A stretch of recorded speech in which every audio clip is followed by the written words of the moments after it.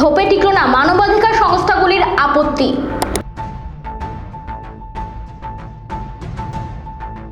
কর্মী সংকোচনের সিদ্ধান্ত নিল আমেরিকার প্রেসিডেন্ট ডোনাল্ড ট্রাম্প।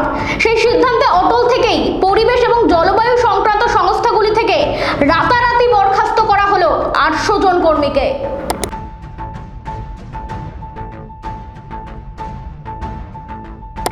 বদ্রীনাথের ভয়াবহ হিমবাহ ধস মনে করিয়ে দিল কেদারনাথের ঘটনা। আটকে বহু মানুষ, তড়িঘড়ি উদ্ধার কাজে নেমেছে জাতীয় এবং রাজ্য মোকাবিলা বাহিনী।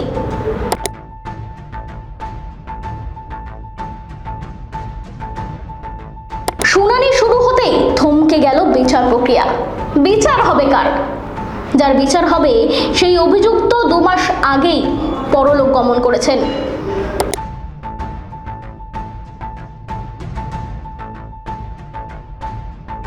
চলতি বছরেই আরো 3 বার মুখোমুখি হতে চলেছে ভারত পাকিস্তান।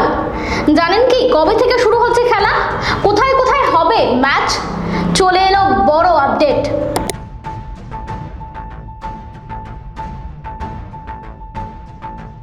ভারী বৃষ্টির সম্ভাবনা। উত্তরবঙ্গের 4টি জেলায় বজ্রবিদ্যুৎ সহ বৃষ্টির সম্ভাবনা, সঙ্গে হবে তুষারপাতও, এমনটাই জানাচ্ছে হাওয়া অফিস। তবে দক্ষিণবঙ্গে কি বাড়তে পারে তাপমাত্রা? কি জানাচ্ছে আলিপুর আবহাওয়া দপ্তর?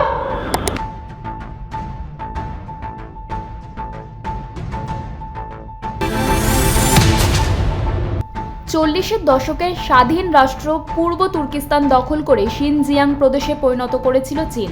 তারপর উইঘুর মুসলিমরা প্রতিরোধ শুরু করেন। সেই সঙ্গে শুরু হয় চীনা সেনার অত্যাচার। মানবাধিকার সংস্থাগুলির আপত্তি উড়িয়ে উইঘুর মুসলিমদের প্রত্যর্পণ শুরু থাইল্যান্ডের। চীনের প্রেসিডেন্ট শি জিনপিংয়ের সরকার আগেই সন্দেহজনক হিসেবে চিহ্নিত করেছিল তাদের। প্রত্যর্পণের জন্য বারবার চাপ দিচ্ছিল থাইল্যান্ড সরকারকে। শেষ পর্যন্ত সেই চাপে নতি স্বীকার করে গত 1 দশক ধরে ব্যাংককে নজরবন্দি থাকা উইঘুর মুসলিমদের চীনে ফেরত পাঠানোর প্রক্রিয়া শুরু হয়। এক সর্বভারতীয় সংবাদ মাধ্যম সূত্রে খবর, 2015 সালের পর এবারই থাইল্যান্ড প্রথম উইঘুর অভিবাসীদের চীনে ফেরত পাঠালো। মানবাধিকার সংস্থাগুলির আপত্তি উপেক্ষা করে ইতিমধ্যেই অন্তত 40 জন উইঘুরকে চীনে ফেরত পাঠিয়েছে থাইল্যান্ড সরকার। চীনে তারা নির্যাতনের শিকার হতে পারেন বলে আশঙ্কা করা হচ্ছে। পরিবেশ এবং জলবায়ু পরিবর্তন সংক্রান্ত সংস্থাগুলি থেকে প্রায় 65% কর্মী ছাঁটাই করার লক্ষ্য নিয়েছে ট্রাম্পের সরকার। আর সেই লক্ষ্যে স্থির থেকেই 800 কর্মীকে রাতারাতি ছাঁটাই করে দিল তার সরকার। আমেরিকার প্রেসিডেন্ট ডোনাল্ড ট্রাম্প বুধবারই জানিয়েছিলেন যে তার প্রশাসন পরিবেশ এবং জলবায়ু পরিবর্তন সংক্রান্ত সংস্থাগুলি থেকে প্রায় 65% কর্মী ছাঁটাই করার লক্ষ্য নিয়েছে। এই নিয়ন্ত্রক সংস্থাগুলি জলবায়ু পরিবর্তন সহ বিভিন্ন ক্ষেত্রে কাজ করে। ট্রাম্প বলেছিলেন, আমি লি জেলডিনের সঙ্গে কথা বলেছি এবং তিনি মনে করেন যে পরিবেশ সংক্রান্ত দফতরগুলি থেকে 65 বা তার বেশি শতাংশ কর্মীকে ছাঁটাই করা যায়। NOAA এর 800 কর্মী ছাঁটাই সেই প্রক্রিয়ারই প্রথম ধাপ বলে মনে করছেন অনেকে। আগামী 1 সপ্তাহের মধ্যে সমুদ্র জীববৈচিত্র্য, জলবায়ু, মহাকাশ পর্যবেক্ষণ, আবহাওয়া দপ্তর এবং অন্য গবেষণা ক্ষেত্রগুলিতে বিজ্ঞানী ও বিশেষজ্ঞ সহ আরও কর্মী ও আধিকারিকদের ট্রাম্প সরকার ছাঁটাই করতে পারে বলে আশঙ্কা করা হচ্ছে। ভয়ঙ্কর হিমবাহ ধস বদ্রীনাথ ধামে। উত্তরাখণ্ডের বদ্রীনাথ ধামে এক জায়গায় কনস্ট্রাকশনের কাজ চলছিল। অন্ততপক্ষে 60 জন কাজ করছিলেন ওখানে। ঘটনার খবর পেয়েই তৎক্ষণাৎ উদ্ধার কাজ শুরু করে জাতীয় এবং রাজ্য বিপর্যয় মোকাবিলা বাহিনী। একই সঙ্গে উদ্ধার কাজে হাত লাগিয়েছেন ইন্দো তিব্বত সীমান্ত পুলিশ, বর্ডার রোডস অর্গানাইজেশনের সদস্যরা। 16 জনকে কোনো রকমে উদ্ধার করা সম্ভব হয়েছে, বাকিরা এখনও আটকে। উদ্ধার করা শ্রমিকদের দ্রুত নিকটস্থ হাসপাতালে পাঠানো হয়েছে। BROর এক ইঞ্জিনিয়ার CR মিনা সংবাদ সংস্থা NIA কে জানিয়েছেন, ঘটনাটি ঘটেছে BROর একটি ক্যাম্পের কাছে। ঘটনার পরই শুরু হয় উদ্ধার কাজ। 3 থেকে 4টি অ্যাম্বুলেন্স পাঠানো হয়েছে ঘটনাস্থলে।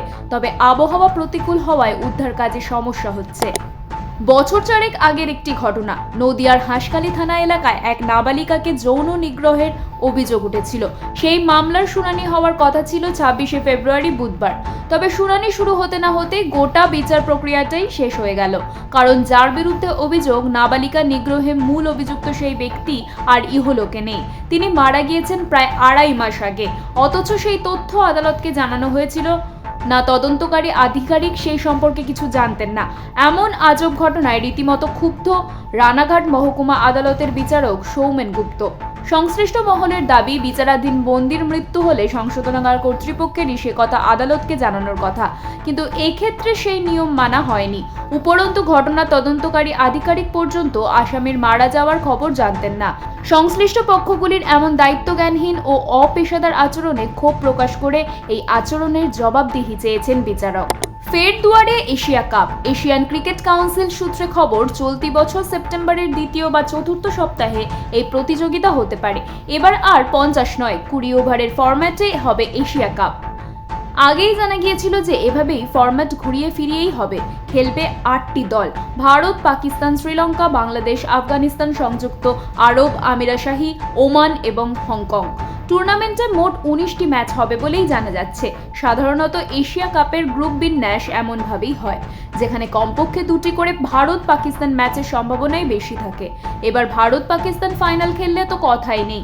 তাহলে 2025 সালে আরও 3বার ভারত পাক ম্যাচ দেখার সুযোগ থাকছে।